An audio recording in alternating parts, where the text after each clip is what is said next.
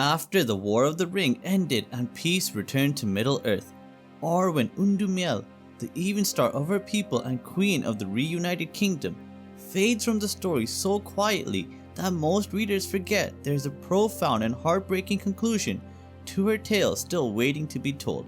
So what actually happened to Arwen after Aragorn died, and how did she eventually meet her end?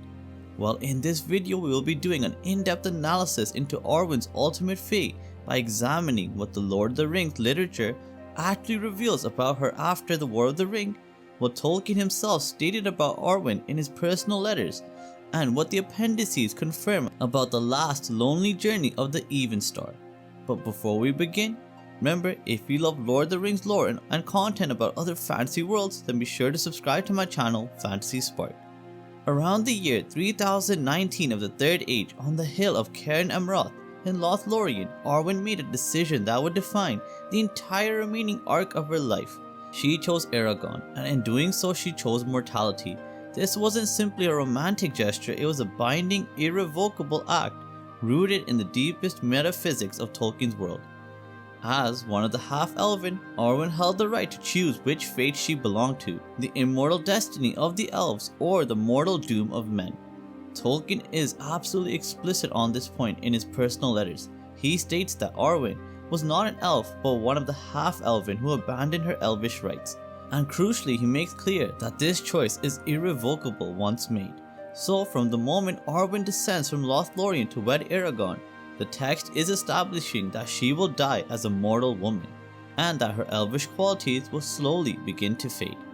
But being half-elven still meant Arwen had a long and fruitful life to enjoy, and for over a century after the War of the Ring, Arwen reigns beside Aragorn as Queen of Gondor and Arnor, and Tolkien gives us some glimpses of her role in that long-lasting peace.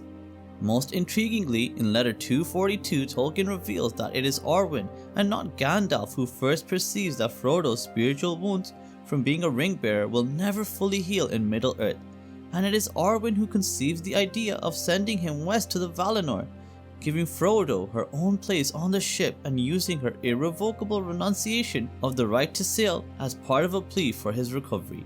So even in the quiet years of the kingdom's renewal, Arwen's sacrifice is woven into the very fabric of what the Fourth Age means. Her loss of immortality and the loss of her homeland are not simply just romantic tragedies, they are part of the theological framework of the new world that will begin with the Fourth Age. This is a truly remarkable concept which Tolkien has established, and it elevates Arwen's story far beyond a simple sacrifice for love.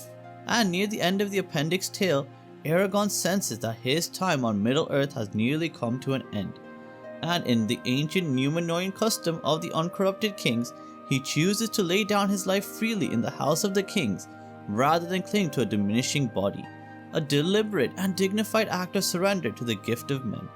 In their final dialogue, Arwen comes for the first time to truly understand the cost of what she chose on Cairn Amroth.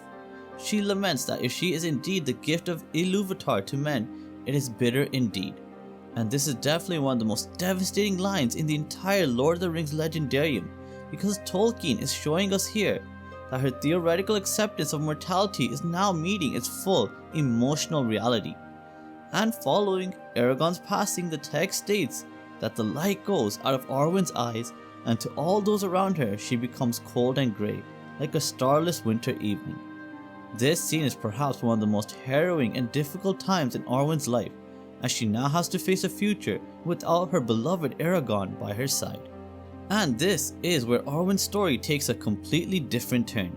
She does not remain in Minas Tirith. She bids farewell to her son Eldarion, to her daughters, and to everything she has loved in Gondor, and then she goes out all alone, journeying to Lothlorien, which by then is completely deserted, and there in the winter of the following year, 121 of the Fourth Age, Arwen lays herself to rest upon the hill of Cairn Amroth. The same hill where she chose a mortal life and a future with Aragorn is the same hill upon which she draws her final breath and eventually passes away from Middle-earth. The appendix gives us this final passage regarding Arwen. This is her green grave until the world is changed. And Tolkien adds that the flowers of Elenor and Nifredil bloom no more east of the sea. That is her eulogy, 6 words for the last elf left on Middle-earth.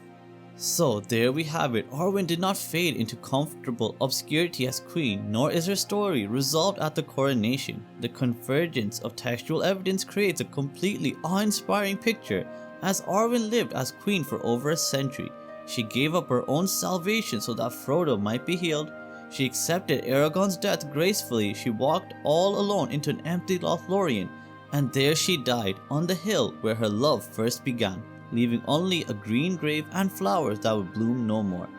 So I hope you found this look into Arwen's ultimate fate to be illuminating and interesting, and that you now have a deeper understanding of what the Evenstar story truly cost her. Please share your thoughts in the comments down below about what other Lord of the Rings topics you would like for me to cover in future videos, and until next time, may the light of Elrond shine bright for you and guide your way. Thank you so much for watching this video, and if you did enjoy it, please do like and share with others, and if you haven't done so already, subscribe to my channel Fantasy Spark so you can find out more about Lord of the Rings and other fantasy worlds.